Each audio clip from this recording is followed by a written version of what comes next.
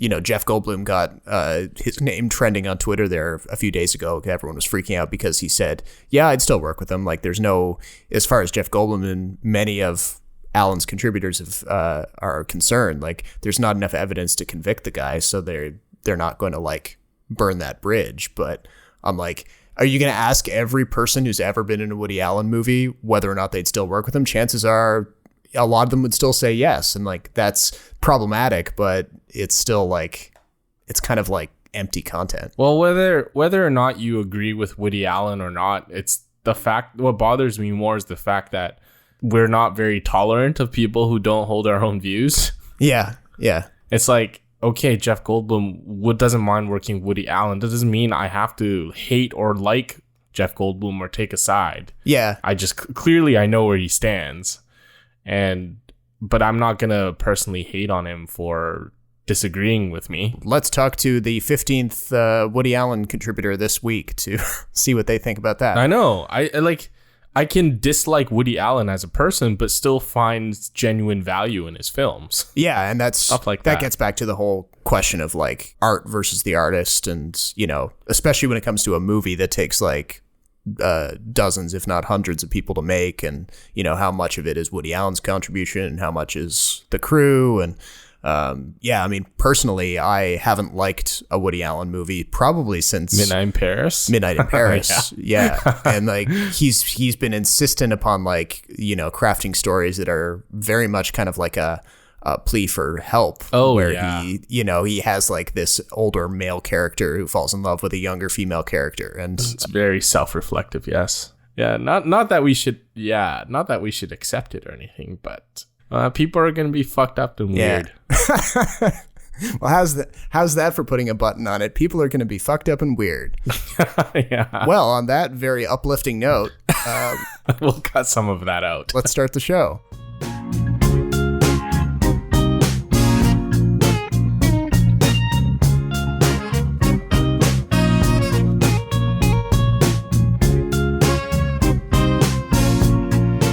Welcome to episode 61 of the Extra Buttery Podcast, a free-flowing conversation between two guys who love movies and TV.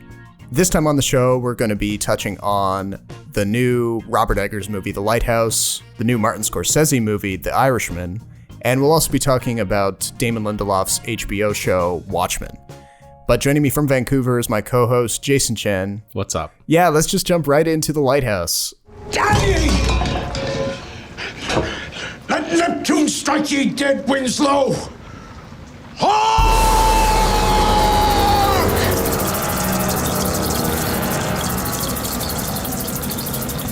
All right, have it your way. And with that, a very atmospheric sound cue that you just got, what sort of movie we're dealing with here. We've been kind of dancing around talking about The Lighthouse for the past couple of months because it was at Cannes in May, and it got a pretty warm reception there. I can't remember if it won any awards from the jury, but it then moved on to hit up a lot of the major festivals this fall. It was here at TIFF. All the screenings were sold out here. You saw it at VIFF. I finally saw it about a week or two ago here in Toronto at one of the Cineplex theaters here. And I remember you telling me back when you saw it at VIFF that it was like as close to a 5-star experience for you as you could get, but you just had to take a half-star off. I can't remember exactly why, but that was very interesting to me because I expected you to not like it quite as much as I did, given that it's a horror movie, and I know you're not a huge fan of the genre. Yes. But having seen it now, I think I'm on that exact like 4.5-star level with you. Like it was just an absolute like mind warp of a movie. Just especially the last half. Yeah, the last half. I mean, it is. I think there's a review up now on kinetoscope.ca for those who want. Go visit. A full take of my thoughts on the movie, but it's kind of like this movie kind of like grabs you by the front of your shirt and just like drags you down into a like underwater cavern with you or something like that. It's just a fully immersive experience with like weather and dread and insanity. I totally loved it. But the story zooms us back to the 1890s when two lighthouse keepers arrive for a 4-week stint on this remote island where it's off the coast of New England. There's a kind of lone lighthouse, a couple of buildings there. And we've got Willem Dafoe as a guy named Thomas Wake. He's like an experienced lighthouse keeper. And then we have Robert Pattinson as Ephraim Winslow, who's like the young trainee lighthouse keeper. And immediately Wake sets about assigning Winslow with all of like the grunt work to do around the lighthouse. And they seem to get along all right, but it's clear that there's some tension between them and things just kind of like deteriorate from there. The weather beats on them. They start to squabble over minor stuff, and it just builds and builds and builds until the whole thing falls apart. Very much a cabin fever, a cabin lighthouse movie, if you will. Cabin lighthouse, yeah. Yeah. Why did you take a half star off? I thought it would have been a 5-star film for you because you usually go a bit higher than me, but I'm curious why you didn't give it the full 5. I'm not entirely sure. There's nothing in particular I didn't like about it. Right. Maybe it's that I just like built up my expectations a little bit too high, and it didn't quite rise to those expectations. I mean, that can happen sometimes when you're really looking forward to something. Because not every part of the movie is interesting. Like, I'll give you that. Oh yeah, like there's certain parts where, you know, there's no like immediate threat to the characters, and they're just kind of going about their tasks. I mean, that's yeah, or just like it's kind of like Terrence Malick's Tree of Life, where like, okay, we get the point, just freaking move on, man. Yeah Because the first half hour really builds and builds and builds, and it starts to just when it gets to the point where you're tired of the building, it goes like full 180 into like the deepest, darkest parts of our brain. Yeah. So there is the build up to that. There were some certain parts I took marks off because I thought the pacing was off, or like I said, it just didn't feel like every scene in the movie was very necessary. I did like everything else about it. I loved the fact that all of a sudden he introduced all these like mythological creatures and ideas, and like sort of like a Lovecraftian thing. I know it's overused, but it's very Lovecraftian. Oh yeah, I mean anything to do with like kind of stormy weather and kind of tentacled monsters and insanity and stuff like that. Having sex with mermaids, Is there a lot of like having sex with mermaids in Lovecraft? I don't know. Maybe it's just, you know, it all kind of connects with those themes. Well, like a lot of like sexual tension. Okay, yeah. Whatnot. Like the kind of like a body horror. How Robert Pattinson kind of like contorts himself to become like one with this like sea creature, or he gets wrapped up in tentacles and whatnot. Yes, yeah. What did you think of the performance though? Because I think I appreciate the movie mostly for that. Yeah, because like this movie has kind of like two big things going for it. It has the location and everything that the location is doing to kind of draw you into this situation. Go Nova Scotia. Yeah, go Canada. But then it's basically the combination of the location and the performances. This isn't a movie that does like a lot of stuff with jump scares or big set pieces or action or any of that. It's all kind of like about the place and the two guys who are stuck in it. And you've got Willem Dafoe, who's kind of like, you know, he's got a lot of range as an actor. He does. He's you watch one of the those like Vanity Fair videos that were published recently about like his career breakdown. Yep. And you see the sheer number of like different types of roles that he's played. Granted, all of them sometimes have a bit of like a creepy edge to them because that's just the way the dude looks. But yeah, so to see him here as this kind of like salty sea captain who's spouting this archaic dialect of English with lots of like mariner lingo, jargon. How long have we been on this rock? Help me to recollect and stuff like that. And then you've got Robert Pattinson, who, I mean, I still feel like I need to. I'm a one-man Robert Pattinson PR guy right now, because there's still people that I interact with, like friends, colleagues that only know Robert Pattinson from maybe Twilight and a couple of the movies that he did post-Twilight. Name them. No, just like people I work with or not. I don't think there'd be anybody that you know, but I just have to say, like, yes, the guy from Twilight, but he's actually really good. He's been working really hard on probably movies that a lot of these friends or colleagues of mine haven't seen, but or that, you know, like, did you know that Robert Pattinson actually hated working on Twilight and knows that you hate Twilight as well? Exactly. And and this movie is kind of a, you know, if all you know of his work is Twilight and maybe some of the more Hollywoody stuff that he did after that, if you suddenly expose those people to his performance in The Lighthouse, they're like, oh, okay, he's a serious actor. Like this kind of pulls the veil off of that completely. Did you ever read about how he got like psyched up to do those scenes with Willem Dafoe? So one of the first scenes he filmed for that movie was like the scene with like where he was masturbating. Yeah, well, there's a couple of those scenes. Yeah, exactly. And so like in order to kind of get to the edge that he wanted to for this character, for Ephraim, he would like talk to himself, punch himself, beat himself up. Right. And just to like get the anger out of him. And apparently working for Eggers isn't like the most pleasant thing in the world. And they were like spraying him down with like huge fire hydrant hoses to like simulate the storm and the floods and everything.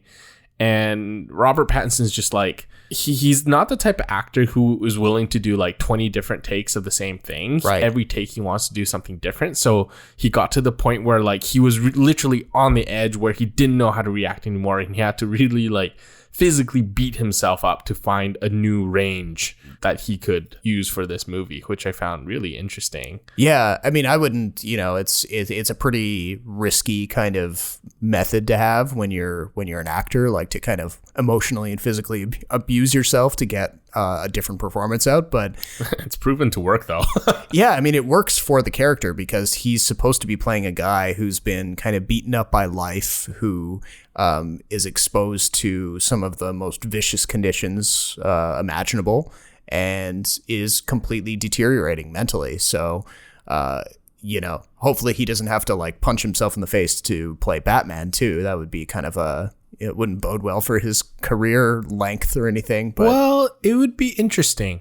It would be interesting to see a more rageful Batman. I know, I'm not saying that like he shouldn't push himself or anything, but like the whole physical abuse and mental anguish and stuff, like maybe go a little bit of the way there, but don't go all the way or something, because he'll just like he'll fall apart. Don't Heath Ledger it, is what you're saying, or Jared Leto or whatever. Wow, Jared Leto's still alive, unfortunately, so yeah, no, I mean just like stuff like mailing used condoms and dead animals to your coworkers, right? and stuff Which like that. I find it is shockingly not somehow an assault. Yeah. Some sort of like felony. I feel like creating an unsafe work environment is like one of the top 10 worst things you could do today. What did you think of the lighthouse? It was like metaphorically supposed to be like this thing that Willem Dafoe sort of gets involved in and wrapped up in, and eventually what kind of turns him crazy. Yeah, maybe that was part of what contributed to me not going the full 5 stars on it, because I kind of wanted just a little bit more from that. Like, is the lantern actually supernatural? Does it have some sort of otherworldly control over these guys, or is it just all in their head and they're kind of they're completely nuts and they're seeing things in the light that aren't there? Right. And maybe it's because I just the movie Annihilation came out recently, and the climax of that movie takes place in like a wrecked lighthouse, and there does seem to be a thoroughly otherworldly alien presence in that lighthouse. But I was kind of like mooshing the two movies together in my head, and I wanted this kind of big showdown between the lead character and whatever it was in the lighthouse that was destroying everything. Yeah, the light in the lighthouse is supposed to be sort of this MacGuffin thing, and for Annihilation it was more like a sci-fi murder mystery that kind of needed a conclusion. I didn't feel like the lighthouse really needed one, but it would have been nice if the light made more of an appearance than in just the final minutes of the movie. Yeah. Because they talk about it, or they don't even talk about it. They mention it all the time. And Robert Pattinson's character at one point, I think, starts questioning, like, what Willem Dafoe sees in the light, what he's doing all the time with the light. Yeah. And yeah, it definitely reminds me of Annihilation, but at the same time, though, I get why Robert Eggers would choose not to delve too deep into it, because it kind of ruins the whole mystery of the film. True, yeah. The idea is supposed to feel like claustrophobic and invaded by this sort of like spirit of the lighthouse thing. And so I'm kind of glad they didn't explain it, but I'm like you, like, if you think back to it, I think the lighthouse is a little light on plot. It drags because it's kind of tough to see two people go crazy and have that be like 99% of the movie. Yeah. But I thought it was enjoyable. I mean, what are your thoughts about the awards part of this movie, though? Because it's Oscar bait in the sense that it is a very dramatic movie. It is very experimental, but it's also not, because it's very low visibility, almost a bit too art house for them, I think. People have pointed out to me actually, no, I think it was our friend Peter recently on the Big Joint episode of the podcast that we did during TIFF. But basically, the idea is that the Academy has gone pretty far in terms of trying to diversify itself, and the old critique of like it's just a bunch of old white men is less applicable now. It's still probably, the majority is still the majority, but I would say that we're still a couple of years out from movies like The Lighthouse having any real awards traction, because, it's still a horror thriller type of thing. The Academy historically has not really liked movies like that. It is experimental visually. They're shooting it on this 1.19 to 1 aspect ratio film stock. It's all in black and white. And it's really just like two actors in a kind of like chamber piece sort of situation.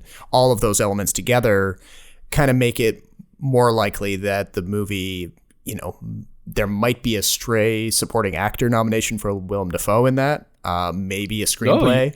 But I thought Robert Pattinson was better, actually. Not that it's like one or the other is better. I think they're kind of on on an even keel. I'm just thinking like Willem Dafoe still hasn't won his Oscar yet, and of the two of them, he'd probably be the more likely to get a nomination. Again, like we talk about how much the Academy has changed, and we're talking about how like politics has a role to play and people being owed awards. Very much so, yeah. And I mean, I don't disagree that the Oscars have been more inclusive, but at the same time, like you look at all the work that they've quote unquote done, and then they let a film like The Green Book win, and you're just like, well, clearly we haven't moved anywhere. And that's a shame, because this, like, I love what Robert Eggers is doing with horror and how he's not using the old tricks in the horror movie playbook, and he's getting so much out of like a historical setting with period accurate details and strong performances and locations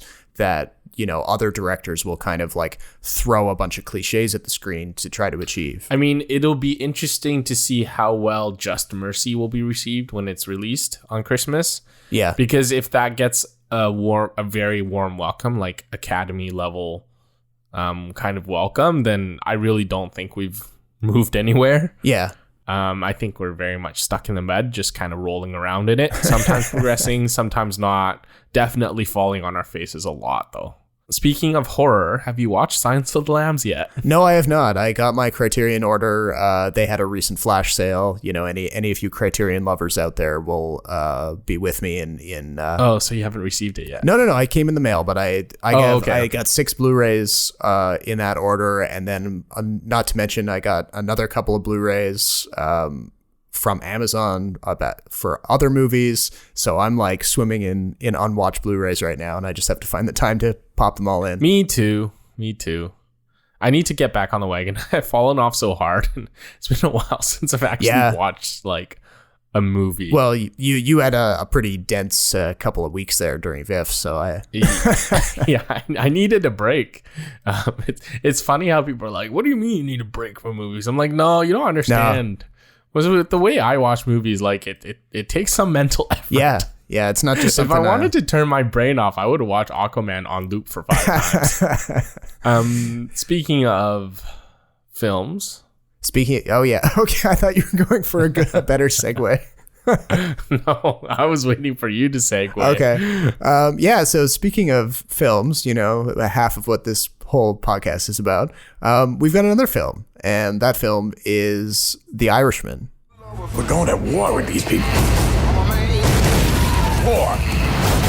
Things have gotten out of hand with our friend. You gotta sit down. Everybody says so. No, I'm not sitting down. I can't do it. It's what it is. What it is. I know things they don't know I know.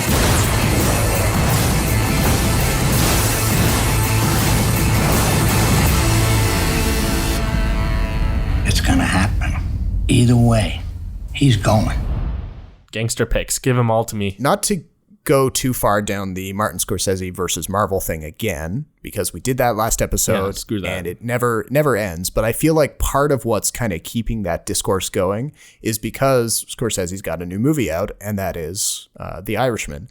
So this movie has been in production for, it feels like production for this even stretches back to before Scorsese's last theatrical release, Silence. Yeah, it's like his entire life seems like building up to this point. Yeah, and understandably, because it is a movie that kind of it takes in everything that he would have learned and experienced while making some of his other huge gangster movies like Goodfellas, Gangs of New York, and any number of others, and kind of synthesizes all the information in those, and then adds on this extra element of like the passage of time and what happens to these guys when they inevitably age. Feels almost autobiographical. In the sense that like Scorsese is secretly a gangster? No, in the sense that like he has filmed gangster films throughout his entire career. And who but Scorsese could really paint this gangster opus that stretches across decades better than him. Yeah, true.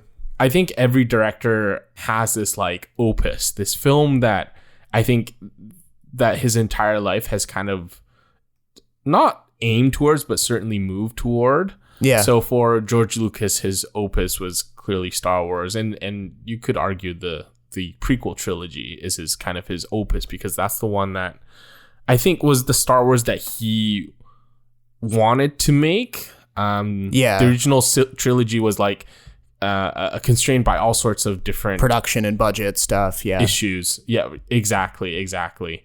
And so that was his opus. And I think this is Scorsese's opus in that he had an unlimited budget to work with actors that he's most known to be working with in the genre that he's most known for, and managed to create, I mean, out of all the directors who could create a gangster opus, like who else but Scorsese? I don't think anyone else could do it. And this doesn't really suit the tone of the observation that you just did, but the thing that popped into my head was that moment from Walk Hard, a Dewey Cox story, when Tim Meadows says, "Give him a minute, son. Dewey Cox needs to think about his entire life before he plays."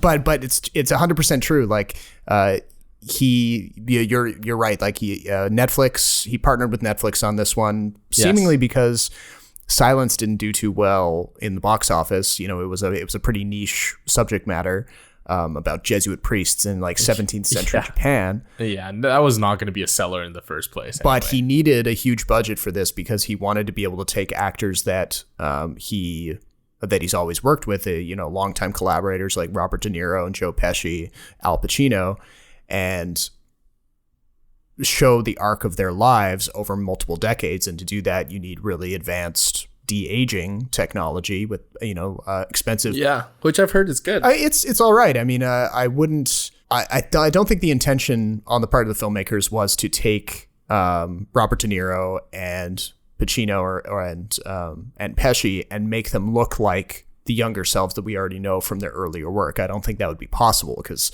their faces have just like aged too much for you to get like you're not gonna see the Robert De Niro from You're too old. You're not gonna see the Robert De Niro from Taxi Driver or King of Comedy. His face has just changed way too much. So the young version of him in this, when his character is in his 40s or even his 30s, looks like a de-aged 80-year-old Robert De Niro. Like there's no getting around it, right? Right. Okay. But backing up real quick to the actual plot of this thing that we're talking about. So this movie is about a mob hitman named Frank Sheeran, who's a real guy. It's based on a book that was written about Sheeran called I Heard You Paint Houses, which came out in 2004. And it charts how Frank Sheeran came up through the ranks of the Teamsters Union after a distinguished career in the U.S. Army during World War II. And through the Teamsters, he connected with some of the Italian mafia figures who were connected to the Teamsters, who were running protection rackets and other criminal enterprises, kind of in, not to support the Teamsters, but the Teamsters were kind of like important in making things happen.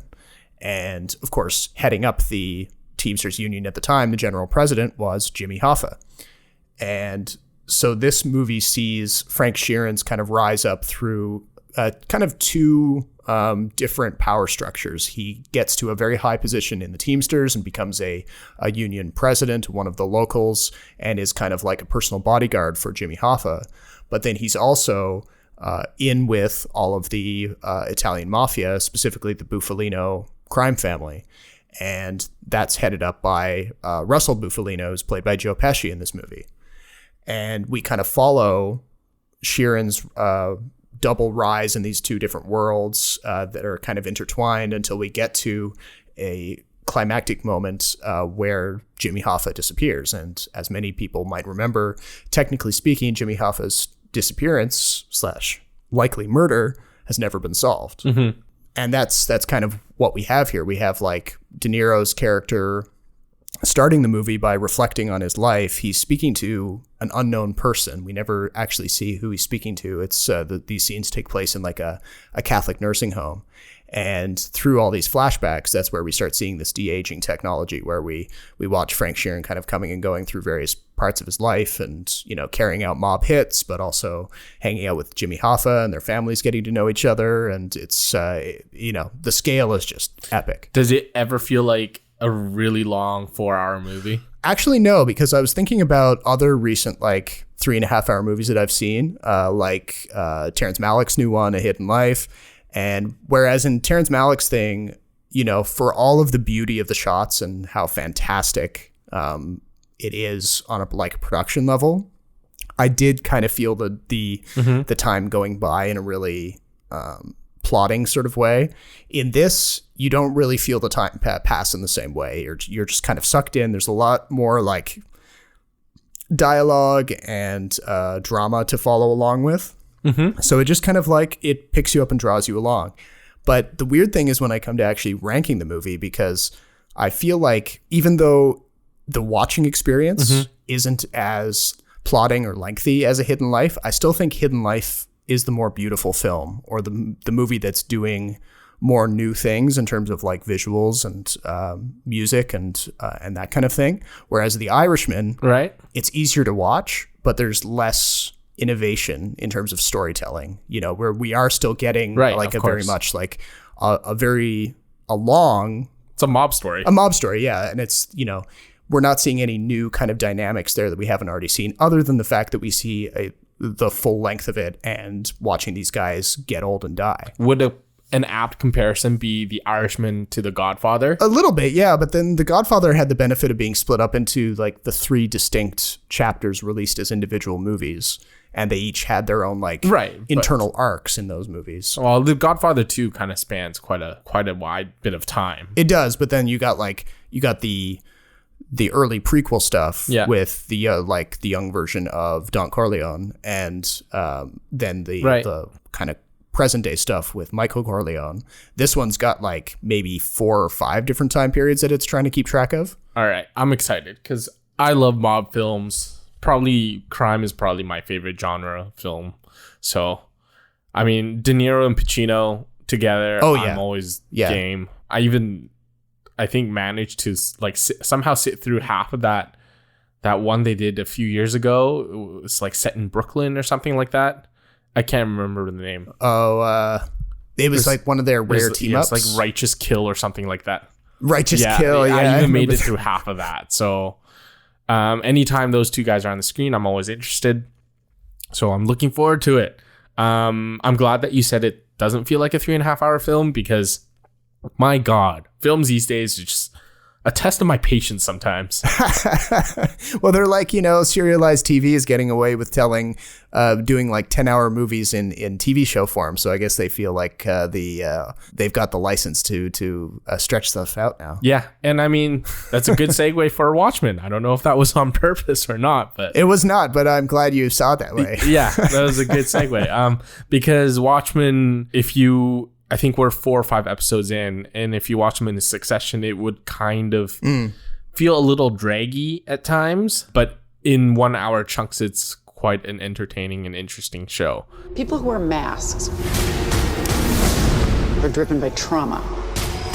They're obsessed with justice because of some injustice they suffered.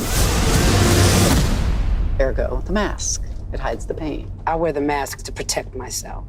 Right. From the pain.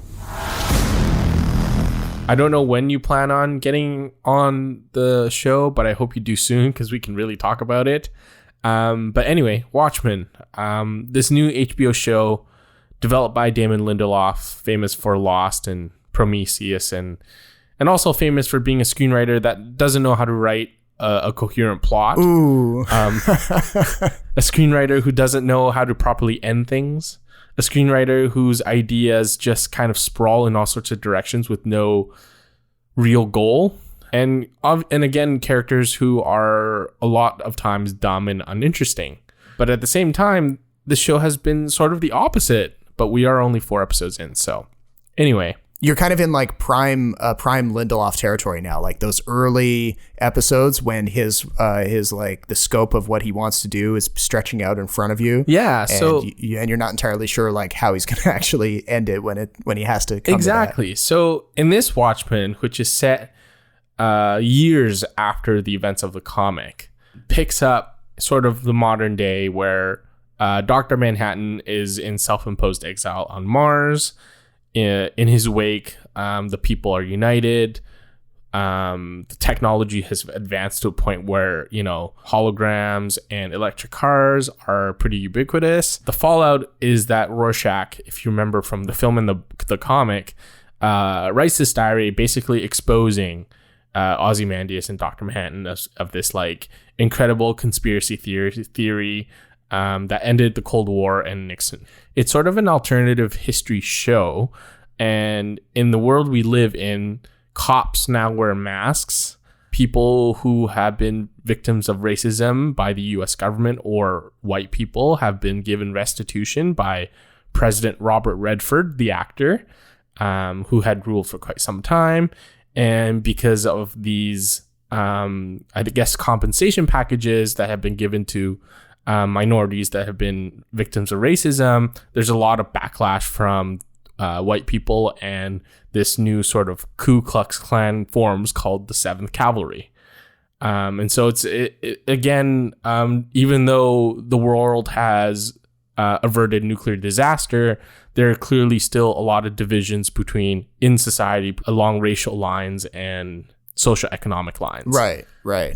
So are the 7th Cavalry the guys that I've seen in some of the marketing who have kind of imitation Rorschach masks on? Yes. Okay. They've taken Rorschach's kind of like, because in the comic, and I think in the movie to an extent, Rorschach is seen as like, he's an anti-hero, but he's got beliefs or he's got an ideology that's kind of like borderline fascist. Yes, very much so. It's not hard to see how a group who kind of took up his memory would kind of go down a Ku Klux Klan kind of route. Right. The point of Rorschach is that he's really the psychopath who lives in very much a world of black and white.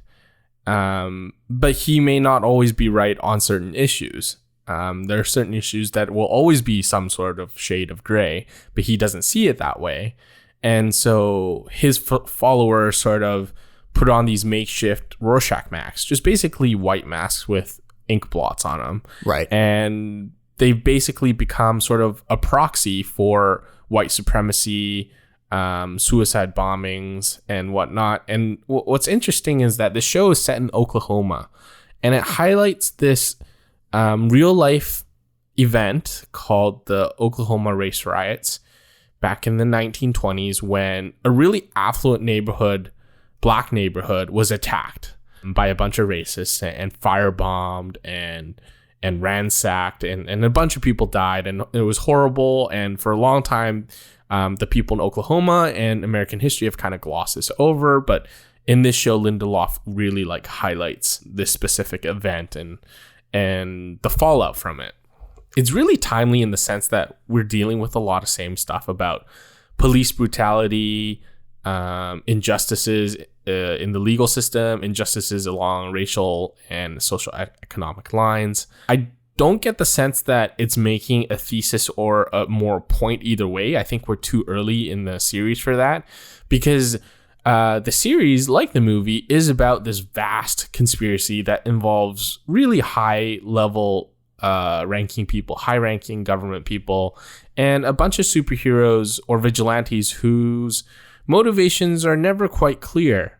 In this show, Regina King plays Angela Abar, called Sister Night, and she's a police detective who wears all black leather jacket and fights crime. And she's helped by 2 or 3 other vigilantes. And the story really begins when the chief of police, who's played by Don Johnson of Miami Vice fame, is found lynched and hung from a tree. And so it sets off all these who, by the way, Angela Abar's character sees as like a father figure, and it sets off this series of events about how maybe Don Johnson is not the man who he claims to be. It ties into the movie with certain references to the events of the show, but for sure, Laurie Jupiter is in it, now known as Laurie Blake, who takes on the comedian's last name, and Dr. Manhattan is still around, but also Ozymandias, Adrian Veidt, who is played by Jeremy Irons in probably like the most like worst kept secret of the show. Yeah, well, I could almost tell that Jeremy Irons was playing Ozymandias just from the like brief glimpse of him we get in one of the trailers. Yeah, exactly. And his story is very interesting. He's also another character whose status is kind of unknown because he's sort of isolated from the rest of society, and we're left to make assumptions about what happened to him since the events of the comic. But again, he's this very smart, really quirky, very odd person. It's definitely not as violent as Zack Snyder's version, thank God. But there are certain ideas and images that are, I think, very much for catered towards adults and not kids. Right. And is Dr. Manhattan like fully back, or is he kind of teased as having an appearance in a future episode? He's supposed to show up, but okay. But I know he has not, but they do make references to him because Laurie Blake, Laurie Jupiter, becomes sort of a main character starting from episode 3 or 4. Yeah. And at one point she pulls out this like, the references are very obvious because at one point she's kind of like feeling lonely and whatnot because she's now an FBI agent with none of her Minutemen heroes around. Right. And she pulls out this like giant shiny blue dildo. Oh, okay. As a sort of like a not so subtle nod to Dr. Manhattan. Right. And there's this sort of like booth that they've set up where you can transmit messages to Mars. And just if you look at the titles of the episodes, so the first one, it's called It's Summer and We're Running Out of Ice. Second one's Martial Feats of Comanche Horsemanship. These are all like really like riddle within a riddle, kind of like play on word titles. Right. So there's always obviously a lot of imagery and a lot of themes that they want to get through. And again, following Zack Snyder's lead, actually, there's a lot of popular music in these films. I don't know if that was intentionally done to sort of make a connection with Zack Snyder's film, but it's very effective. It tries to be cool and hip sometimes, but there's so much still shrouded in mystery. I don't know how I feel about it. There's so little information just coming in drips and pieces that we're still very early on in sort of discovering the plot and the sort of, I guess, many double allegiances and betrayals that we have yet to unpack. Do we know if Billy Crudup is going to return as Dr. Manhattan? I don't know. We don't know yet. I imagine Dr. Manhattan would make an appearance. Right, yeah. Because it feels like his story is very much tied to Adrian Veidt's. Yeah, yeah. And Adrian Veidt kind of has his own little story that's going on. And inevitably, he's going to meet up with Angela Abar at some point. But for the most part, the two stories are very much separate from each other. In the last episode, it's almost implied that Adrian Veidt lives in exile on the moon, and somehow he's there in either self-imposed exile or at the mercy of some other character. I see. That we have yet to meet. So is this something that HBO is looking to turn into like a new IP in the vein of of Game of Thrones, like where they want to get multiple seasons out of it, or does this feel like more of a miniseries type of thing? So basically, following the release of this series, Damon Lindelof is kind of like, well, I don't know if I want to do more seasons of the show. I kind of had an idea and I ran with it, but I'm not exactly sure where it's going. Which is just like sending like alarm bells ringing off of course, head. Yeah. Exactly. I mean, I love Lindelof's work in Lost. You know, I'll go to my grave, to praising him. With. But yeah, I agree that he's not, combined with J.J. Abrams, the two of them, working on Lost and then, going their separate ways afterwards, they do both have problems with kind of like finding the satisfying conclusion to stuff. Yeah, so I do think there is a lot of room to expand this post comic Watchmen world, because I find it fascinating. But in terms of characters, whether or not these characters are central to multiple season arcs, or if this is going to be an anthological type show, I think I'd be open to both. That being said, we'll have to see if the series finale is going to end on a cliffhanger. We really don't know anything yet, and I think we'll have a better answer when that time comes. And I think the series will end December 15th. It's a 9-episode season. Oh, okay. But there are, I think, certain problems I have with it, though, that really make it stops me short of like really giving my full like 2 thumbs up recommendation. I can't help but think that a lot of these like vigilantes in this Watchmen world are real like cheap knockoffs. There's not much creativity or backstory involved in the new crew of vigilantes in this one.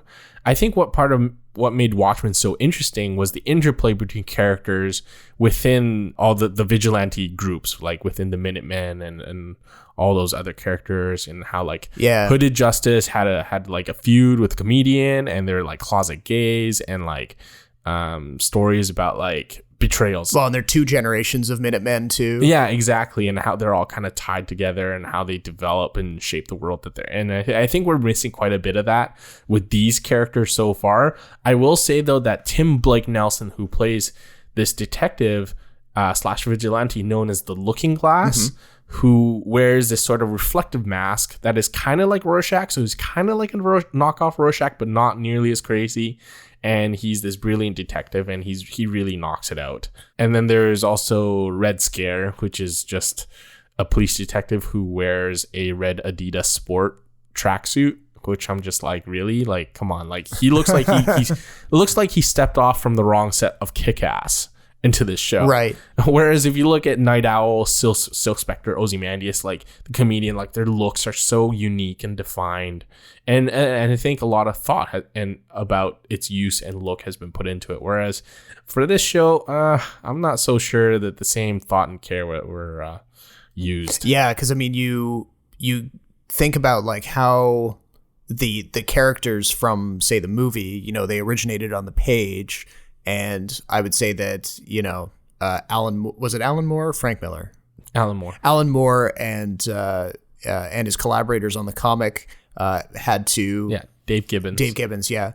They had to kind of invent these characters out of whole cloth and kind of like, in the 80s, sort of comment on the existing comic book heroes as we knew them, people like Superman and Batman and everyone. And very much reflective of the times around them too, right? Yeah, and reflect on the politics of the time and all of that. So there was a lot of work that they had to do to kind of mythologize and like world build all of that stuff. And then Snyder was able to come in and kind of, basically make a moving version of that. Yes. He's famously detail oriented when it came to recreating those comic panels. So a lot of Snyder's work was already done for him when it came to just adapting those vigilante characters. And, that mythology was kind of set, but now they're trying to extend the mythology. And, it's kind of like when I don't know this for sure, but it reminds me of how the Game of Thrones showrunners, when they ran out of George R.R. Martin material,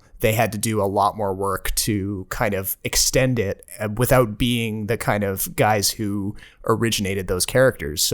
And it falters because of it. Like, there's no supporting background or facts to sort of prove why, or to motivate their characters into doing what they were written to do. Yeah, and it's, you might say that happens in comics all the time, where, you get weird spin-off comics based on heroes that we know and love.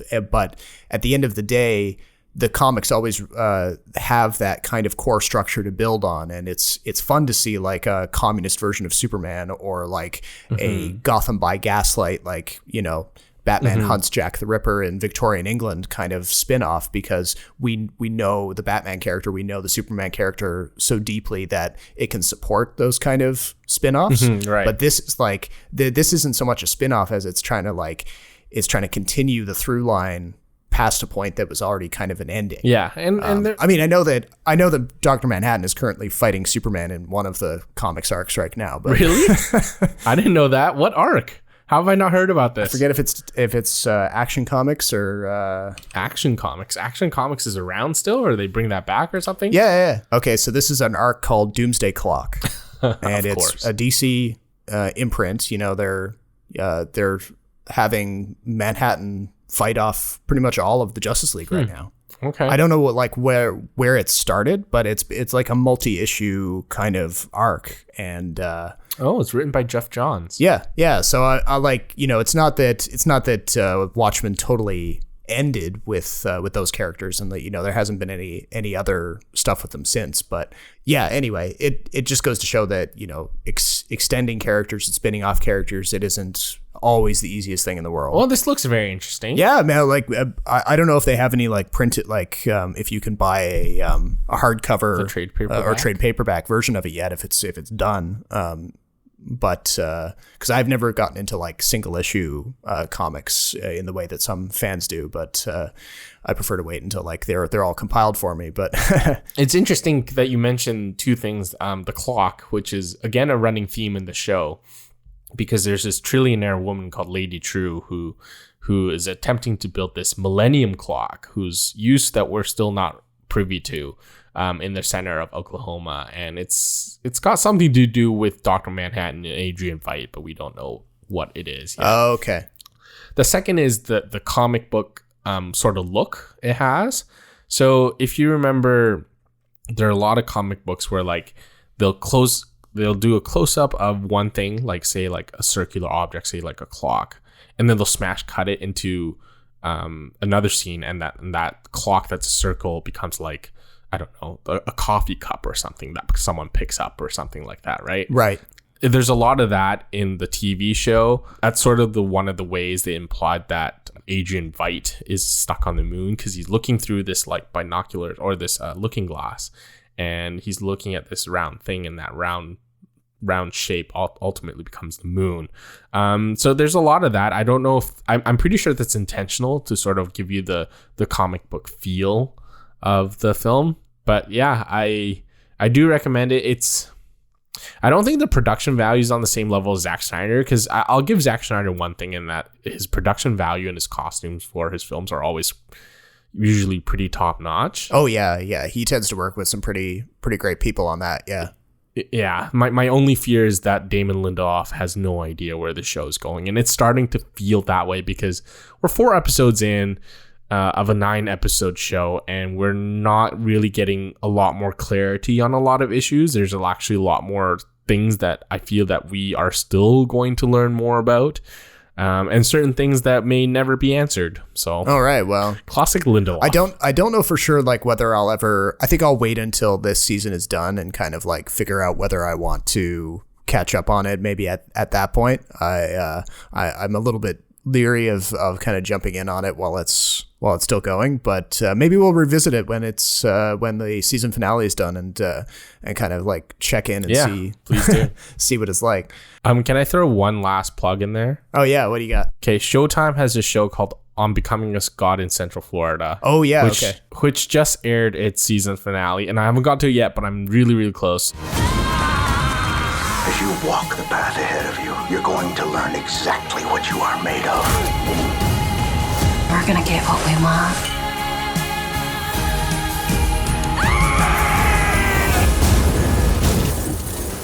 You are a demon. No. I'm a businessman. I can't really spoil anything if I wanted to, but if you have Crave or Showtime, I highly recommend it. It's set in the 90s, one of my favorite periods of all time. If you weren't sure, then you will be convinced by how many cassette tapes there are shown in the film. It's like kind of like a running gag that I feel like every single episode needs a cassette of some kind. But anyway, Kirsten Dunst plays this widow who is kind of roped into this MLM company called FAM, and she, in an attempt to make ends meet, decides to be part of this FAM family, but then she realized that there's a lot of nefarious things going on. But so with the help of her upline, this really young man named Cody, played by a guy named Theodore Pellerin, who I think is actually quite good, they kind of try to throw everything on its head. And I'm about midway through, and it's been really interesting show so far. It's a dark comedy set in Florida, so you really get that pastel sort of humid aesthetic that you kind of got from that serial killer show Dexter. Okay. It kind of has that sort of feel. I don't know what it is, but for some reason, like whenever a show is set in Florida, you kind of know right away, whether it's the clothes, the people, or the colors. And this is very much one of those shows where in one shot you're just like, oh, we're definitely in the South. But it's highly entertaining. I recommend it. I think Kirsten Dunst does an unbelievable job. So if you haven't, check it out. But I think that about does it for this episode. We've got lots of new reviews up on kinetoscope.ca, as always, including a new review of The Lighthouse. There'll be a review of The Irishman that will be up by the time this episode goes live, hopefully. And of course, the November and December are leading into lots of high-profile releases. We're going to be seeing Knives Out, and might even get Jason's take on Uncut Gems when that comes out in December. So until the next episode, my name is Robert Snow in Toronto. And my name is Jason Chen in Vancouver. Please be sure to check out our site, www.kinetoscope.ca. Find us on Twitter at kinetoscope.ca or our personal accounts at jrobertsnow and at jasonchen16. Thank you for listening, and we'll talk to you next time.